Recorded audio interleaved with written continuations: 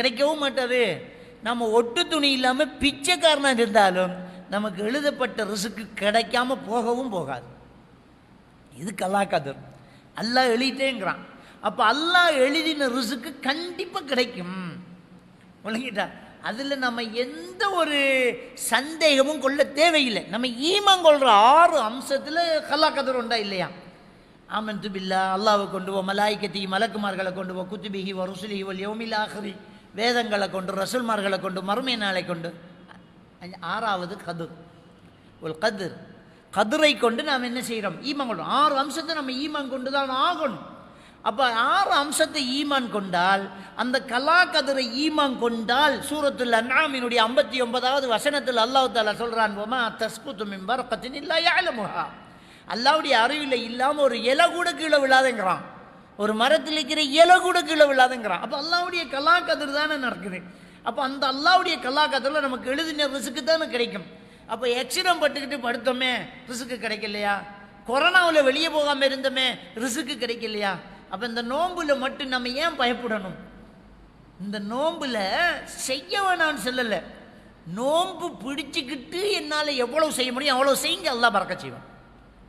ஒரு ஆளை போட்டுருங்க, ஒரு ஆளை போட்டுடுங்க. என்னால் நோம்பை பிடிச்சிட்டு இதை செய்ய முடியும், நான் நோம்பை விட வேண்டிய அவசியம் இல்லை. நீங்கள் முடியுமென்னு நீங்கள் அல்லாஹ் சாத்தியப்படுத்துவான். உங்களால் இயலும். எவ்வளோ பேர் அதை செஞ்சுக்கிட்டு தான் இருக்கிறாங்க.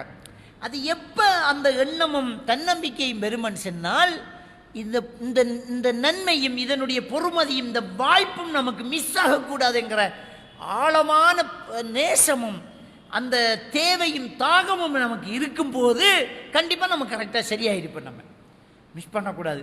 இந்த நோன்பு வருது விடுறதில்ல, ஒரு நோன்பை நம்ம விடுறதில்லை, எல்லா நோன்பும் வச்சிடணும்.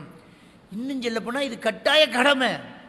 இந்த நோன்புங்கிறது சிலருக்கு அல்லாஹ் தான் அவர்களுடைய பாவங்களை மன்னிக்கணும். ஒன்றுமில்லை நோன்பு வைக்கிறல்ல. நம்ம ஊரில் ஒரு வழக்கம் உண்டிக்கு தலை நோன்பு வச்சுக்குவாங்க. 27 ஒரு நோன்பு வைப்பாங்க, அவ்வளோதான். சோடி பதறணுமாம்மா, ஒட்டையாக பிடிச்சா பதறுமாம் நோன்பு. அதுக்கு ஒரு தலை நோன்பு, அதுக்கு சோடி சேர்க்கறதுக்கு ஒரு 27 ஒரு நோன்பு. அது ரெண்டையும் செஞ்சால் சொர்க்கம் போய்ட்டுறான். கட்டாய கடமை, பிடிக்காட்டி பாவம். தொழுகை மாதிரி சிலர்கிட்ட தொழுகையும் இல்லை. தொழுகை பர்லு தொழுகை மிஸ் ஆகும், தராவிக்கு வந்து நிற்பாங்க. அது தொலாட்டி கூட ஒன்றும் கிடையாது, அது சுன்ன தொழுகை தான். தராவி தொழுகை சுன்ன தொழுகை தான். சிலர்கிட்ட லோர் இல்லை, நல்லா தூங்கி எழும்பி ஐயையோ டைம் போய்த்தான்ட்டு பேசாமல் போகிறாங்க. நோம்பை பிடிச்சிக்கிட்டு படுத்த படுக்க